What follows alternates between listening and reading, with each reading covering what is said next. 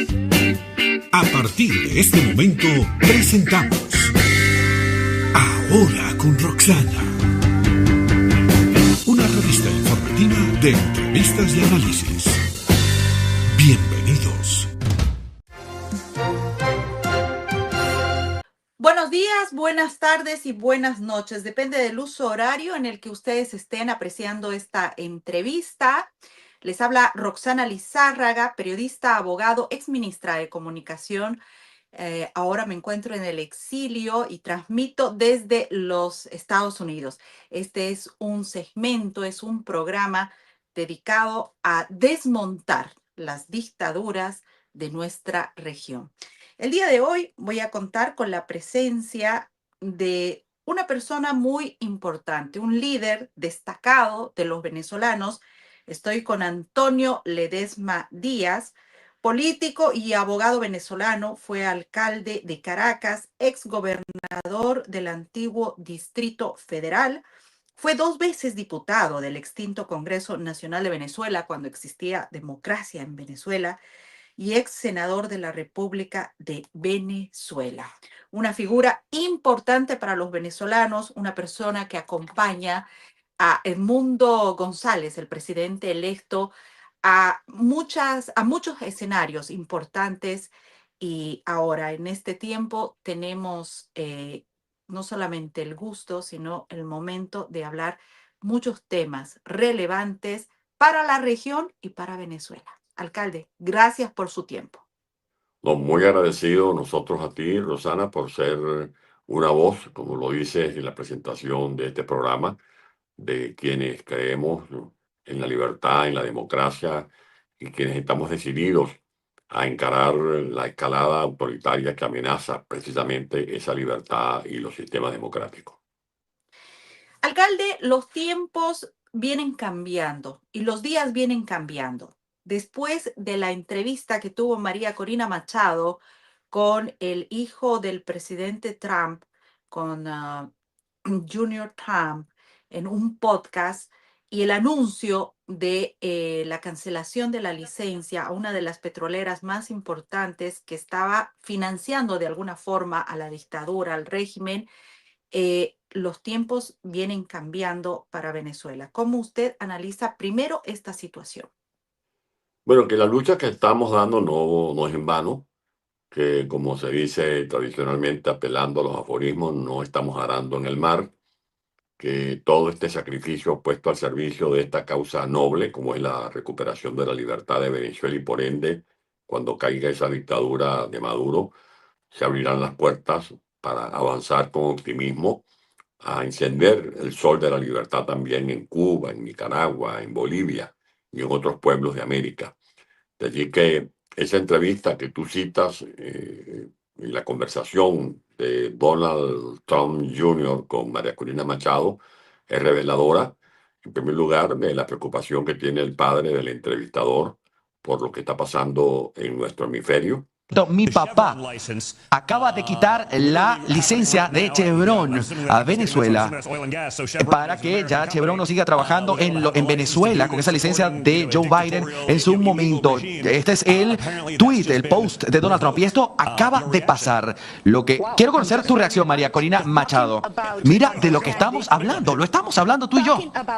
Hablando de entender cuál es la parte que tiene que ser hecha. Maduro tiene que entender que el presidente de los Estados Unidos es serio. Esta es la oportunidad más brillante, más grande para Venezuela y para las empresas de los Estados Unidos para que puedan venir a hacer bastante dinero, pero eso también se va a convertir en algo muy positivo para los venezolanos. Lo que tú mencionaste es una prueba para mí de que el presidente de los Estados Unidos está del lado correcto de los venezolanos, de la democracia, de la prosperidad. Porque la gran bandera que enarboló en la campaña electoral reciente Donald Trump fue la de garantizarle a los ciudadanos estadounidenses la seguridad. Y bien sabe el presidente Donald Trump y sus asesores que Venezuela es una amenaza para la estabilidad no solo de Estados Unidos, sino de todo el hemisferio. Basta con ver lo que está ocurriendo en el Catatumbo, es un eje ubicado entre la frontera de Colombia y Venezuela, específicamente en el estado Zulia. Allí los grupos que se dedican al diabólico negocio del narcotráfico, siembran alrededor de 54.000 hectáreas de hoja de coca. Por allí sacan entre 300 y 350 toneladas de cocaína.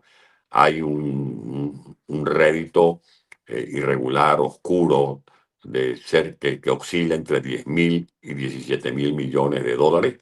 Por estas economías ilícitas es que estos grupos se están enfrentando en la subregión del Catatumbo. Allá, producto de esto, vienen los desplazamientos, los confinamientos, los asesinatos y un flagelo terrible que aqueja a nuestra niñez, que es el reclutamiento forzado de niños, niñas, adolescentes y jóvenes que se encuentran en la subregión del Catatumbo. Ha habido en los últimos días un combate feroz entre las fuerzas de Marquetalia, que son los disidentes de la FARC, y los grupos irregulares del ELN, cobijados por Maduro en Venezuela, disputándose el control de esas rutas.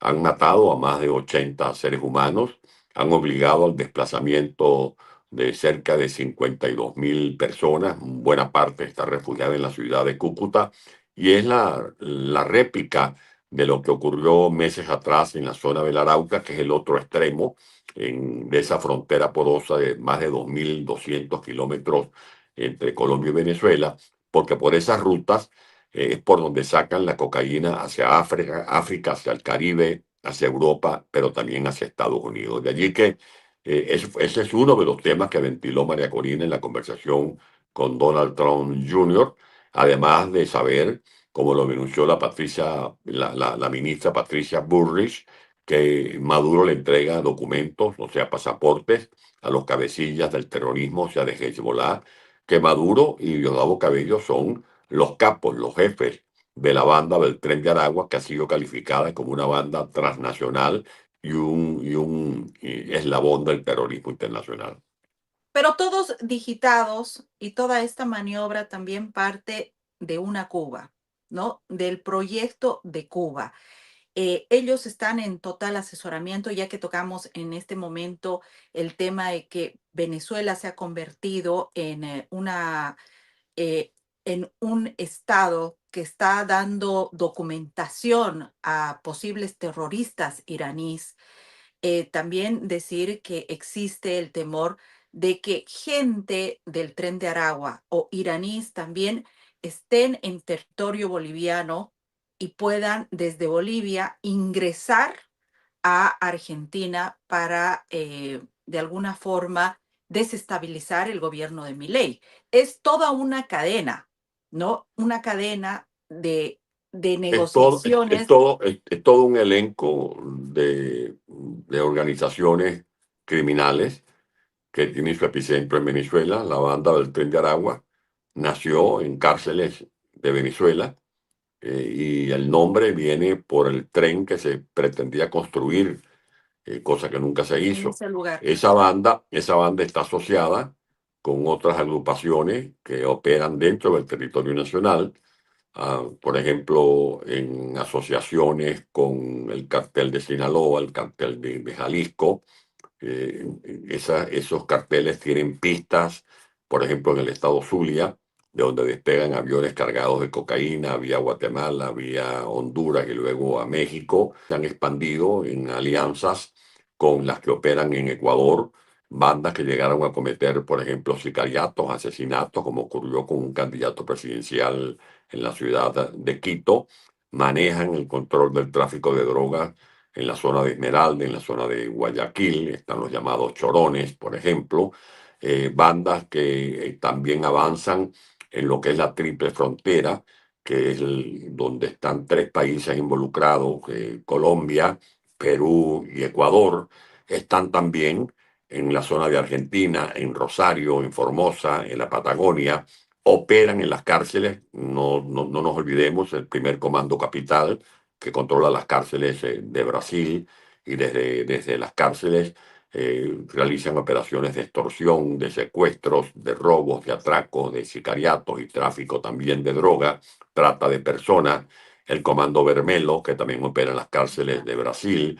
En fin, es un entramado, por eso se le califica de transnacional, porque ya no solo se conformaron con actuar en Venezuela, como lo venían haciendo, sino que fueron colocados estratégicamente en otras partes del mundo. Y esto es precisamente lo que ayer, en una reunión en la que fui invitado por congresistas de Argentina, donde se está discutiendo un proyecto, como lo hacen también en el Congreso del Perú, para declarar como piezas del terrorismo internacional. En ese sentido, la propuesta busca reforzar las medidas de seguridad y alinear la legislación peruana con las decisiones adoptadas por otros países de la región, como Ecuador, Estados Unidos y Argentina, donde esta agrupación ya fue calificada como tal. El documento argumenta que la organización criminal opera con métodos violentos y fines desestabilizadores contra el orden constitucional peruano, lo que justificaría su inclusión en la categoría de terrorismo. A estas bandas, que para nosotros es una gran vergüenza, porque es una pequeña porción de los venezolanos que forman parte de la diáspora. La inmensa mayoría de los venezolanos que estamos en la diáspora en cualquier parte del mundo, hemos demostrado que somos gente decente, gente trabajadora, gente que sobresale en los quirófanos de los hospitales, en las academias de las universidades, en las empresas tecnológicas. Hay venezolanos en la NASA, hay venezolanos dirigiendo importantes universidades en muchas partes del mundo. De allí que para nosotros es una afrenta que esta banda mancha el gentilicio de los venezolanos. El gobierno del presidente Trump está dando duros golpes a países que están de alguna forma ligados a esta organización criminal. Si podemos hacer un análisis, si bien el fentanilo, el ingreso de las drogas, la falta de seguridad, la llegada del tren de Aragua a los Estados Unidos y a otros países de la región es un tema altamente importante para el gobierno de Trump, las medidas que está adoptando con México, por ejemplo, con Canadá, con China, con Venezuela, golpean sin duda esta organización criminal que está a la cabeza de la dictadura de Venezuela, con colaboración obviamente de Cuba, pero que de alguna forma va a debilitar a las izquierdas, llamadas izquierdas entre comillas, eh, o socialistas de la región. ¿Considera eso? Es que si no se actúa ya, este proyecto maléfico del socialismo del siglo XXI, aun cuando no cuenta ahora con los ingentes recursos que les aportaba Chávez y Maduro con los petrodólares, cuenta con los dividendos del narcotráfico, se nutren de esos cuantiosos proventos que se derivan de la comercialización de la droga. Esa droga que está matando gente. Tú acabas de nombrar la droga sintética conocida como fentanilo.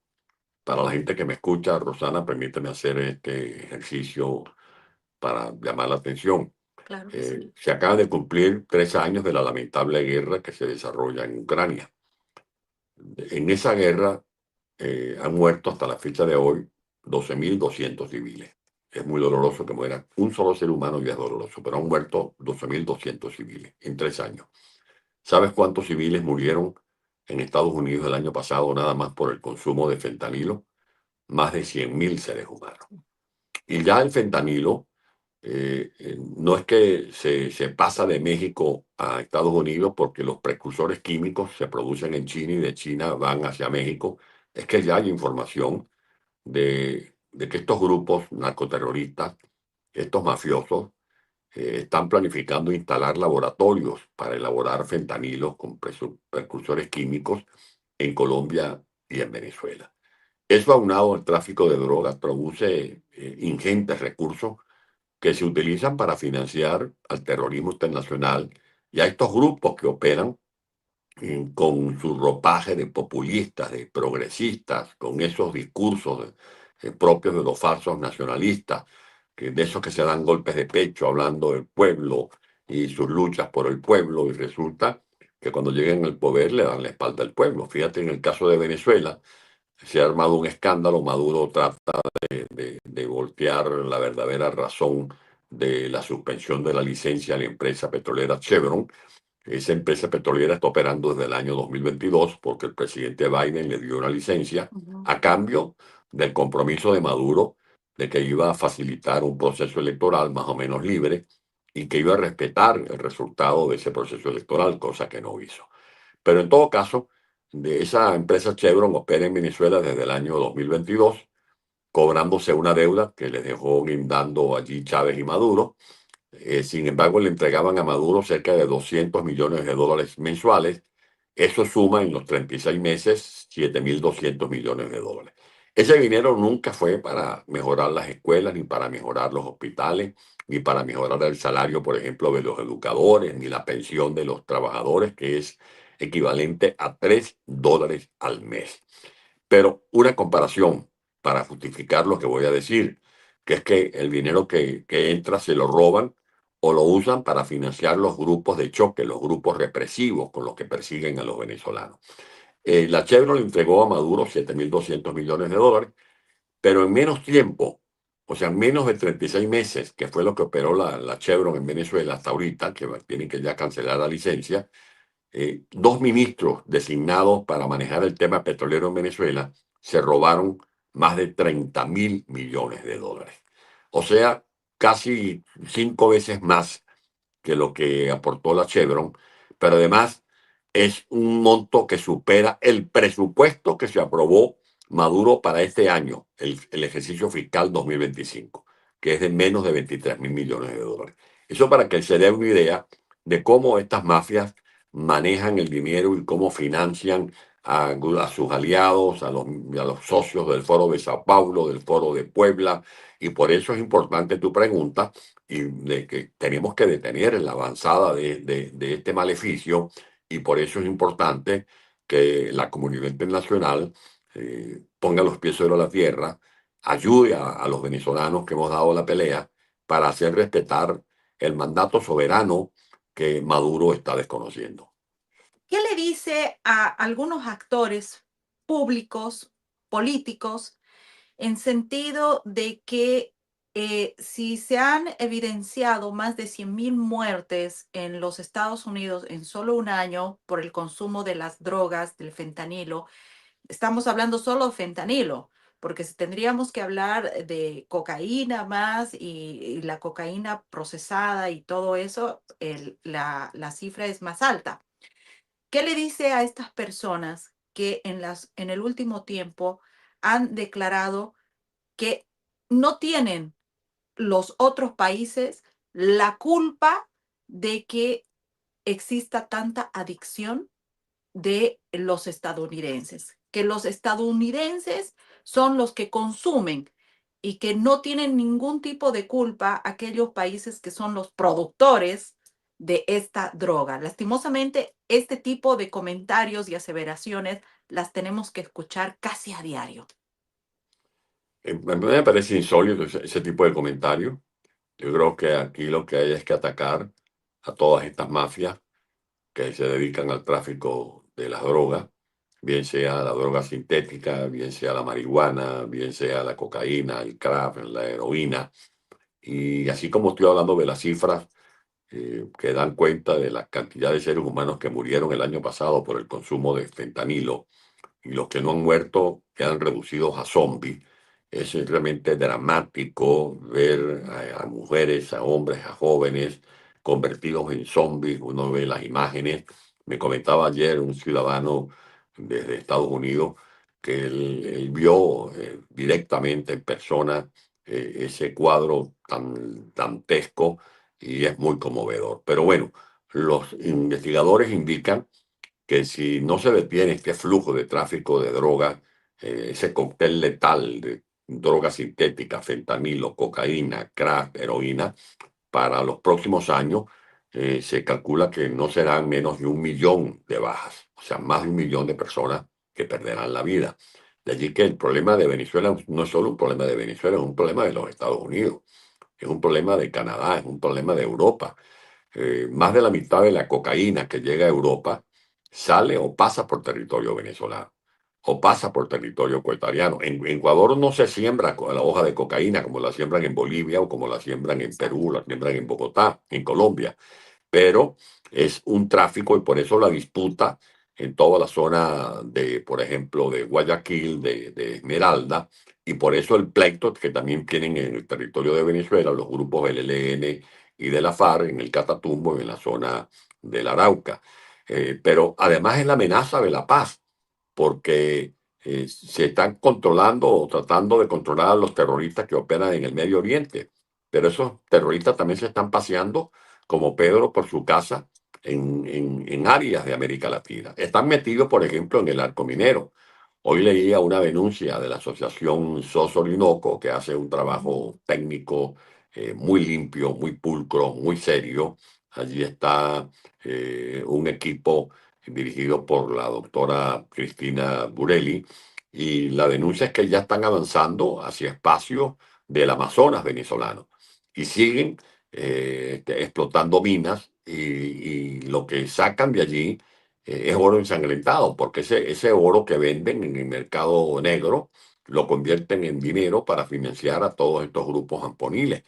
El arco minero representa el 12% de la población del territorio de Venezuela. Allí están metidos no solo los garimpeiros que vienen de Brasil, allí hay también terroristas que no que se limitan a buscar oro, sino que buscan otros minerales que tienen un valor estratégico para elaborar una serie de recursos bélicos.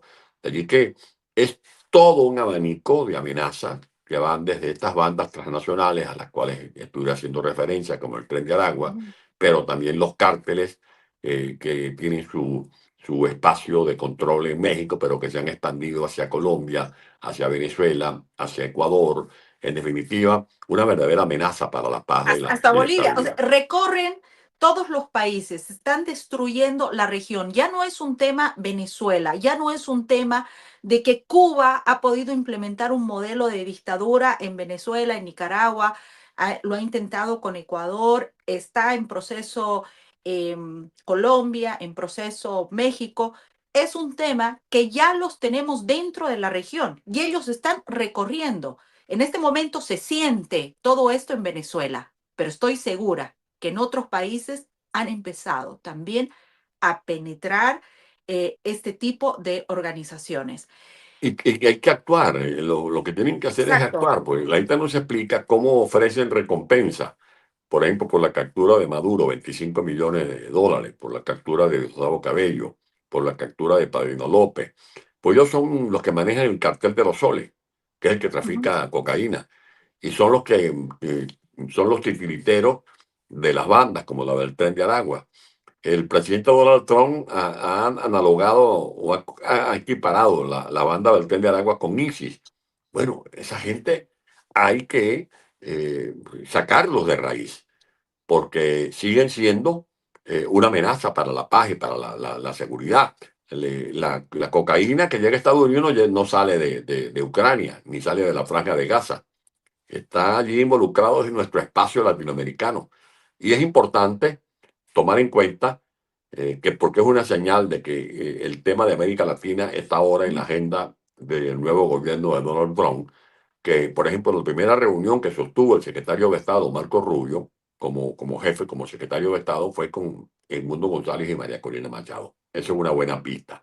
En segundo lugar, la primera gira que hace Marcos Rubio en su condición de secretario de Estado fue por América Latina.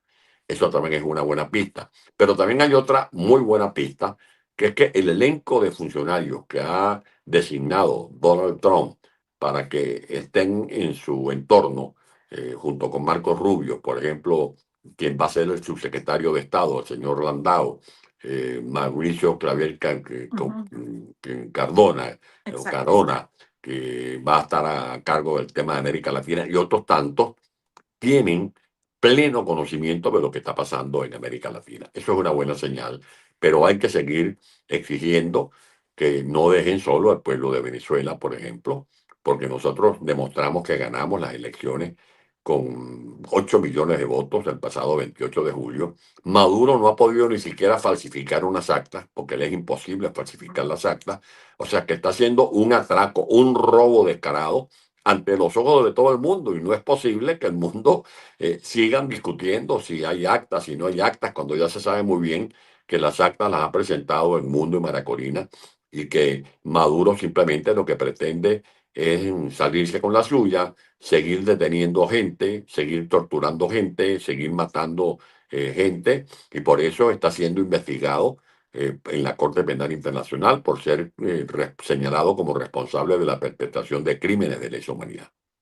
En el caso del dictador Maduro y cuando se conoce sobre la cancelación o la licencia de Chevron y otras petroleras que estaban asentadas en Venezuela, Maduro ha salido a señalar que ya existen otros países, otras empresas petroleras que están interesadas a trabajar con la dictadura, ¿no? Que ellos lo van a solucionar. Sabemos que es muy difícil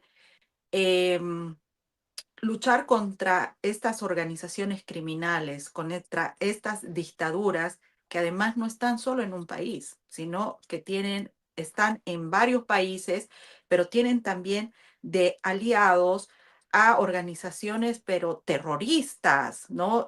Gente además interesada en que el negocio del narcotráfico, del tráfico de armas, tráfico de blancas, crezca y bueno, y puedan apoderarse también de los recursos naturales más ricos de nuestra región. ¿Qué dice frente a esto? Es que lo primero es ¿Le recordar. cree a Maduro para empezar? No, a Maduro no hay que creerle absolutamente nada, porque él es un mentiroso contumaz. No soy chantajeable por nadie. Tengo una sola cara. Y el que quiera hablar conmigo, cara a cara, con respeto, con igualdad. Porque soy hijo de Bolívar, de Chávez y de este pueblo heroico. Pero vamos a ver los hechos ciertos. Un hecho cierto es que cuando Chávez asume el poder en febrero de 1999, Venezuela producía más de 3.400.000 barriles de petróleo. PDVSA llegó a ser, nuestra industria de petróleos de Venezuela llegó a ser una de las transnacionales petroleras más prestigiosas del mundo. Con menos de 40.000 empleados producíamos más de 3 millones de barriles. Chávez vota al personal calificado de PDVSA, lo despide, más de 21.000 trabajadores formados en los años de la democracia, e incrementa la nómina a más de 200.000 empleados. Para llegar a reducir la producción, llegamos a un momento en que producíamos menos de 400.000 barriles. Con la incorporación de la Chevron y con la Repsol y con otras industrias que fueron a cobrarse deudas que le dejó pendientes Chávez y Maduro, hemos llegado a producir en los últimos días 800.000 barriles. De esos 800.000 barriles, buena parte se iba a China, porque es parte del petróleo a futuro que le vendió Chávez a China. Otros 200.000 que producía la Chevron se los cobraba porque era parte del acuerdo, y otros se los llevaba a Repsol. Y otra parte es lo que destina Maduro para Cuba. La última información que vimos ayer es que le siguen mandando más o menos 40.000 barriles de petróleo, y el otro para lo que queda para el consumo interno. De allí que estamos hablando de un proceso de reversión de los avances que se habían logrado en Venezuela. Esta gente desmanteló PDVSA, destruyó PDVSA. Venezuela tenía, Rosana, 22 refinerías. Tenemos 6 dentro del país que están prácticamente colapsadas. La refinería de Amuay, que llegó a ser, después de la refinería de la India, una de las más importantes, la segunda del mundo, porque se refinaban allí más de 1 millón de barriles. La refinería de Punta Cardón, de Bajo Grande, de El Palito, de Guaraguao, están en pésimas condiciones. Teníamos refinerías fuera de Venezuela, en Alemania, en Inglaterra, en Suecia, en Aruba, en Curazao, en Santo Domingo. Esas las remataron a precio de gallina flaca y se robaron el dinero. Tenemos empresas como la Silgo, que tiene un conjunto de refinerías en la costa este de Estados Unidos, que son sobre todo aptas para procesar el petróleo extrapesado, que es el mayor volumen con el que cuenta Venezuela. Ahora, ¿qué pasa en Venezuela? En Venezuela destruyeron los mejoradores. No tenemos mejoradores, porque para poder comercializar el petróleo extrapesado hay que tener mejoradores, que son los que llevan adelante los proyectos de conversión profunda. Además de los mejoradores, necesitamos taladro. Y además de mejoradores y taladros, necesitamos empresas de servicio. Habían más de 2.500 empresas de servicio solamente en la zona del lago de Maracaibo, del Zulia. No quedan sino 300. Destruyeron todo eso. Se han robado hasta la tubería. En estos días vi una conferencia de un experto petrolero nuestro, del doctor Humberto Calderón Berti, y a uno se le pone la piel de gallina escuchando el relato de que esta gente han llegado a la barbaridad de vender como chatarra la tubería de la industria petrolera. Ahora, ¿a dónde van a vender el petróleo? ¿Le van a vender petróleo a dónde? ¿Con qué infraestructura van a trasladar petróleo de aquí, de Venezuela hasta China, a Irán? Piratear tal vez sea otra de las salidas. Piratear, pero para robarse el dinero.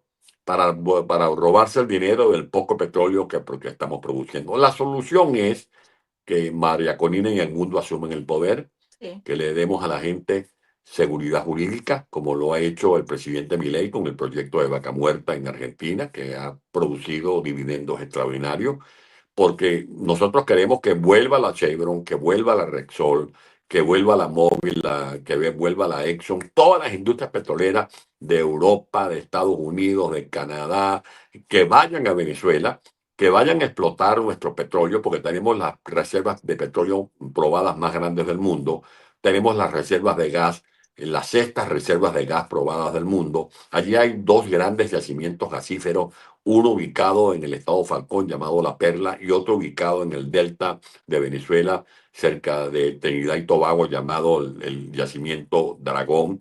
Tenemos las segundas reservas de oro de América probadas. Somos el país con las segundas reservas de oro.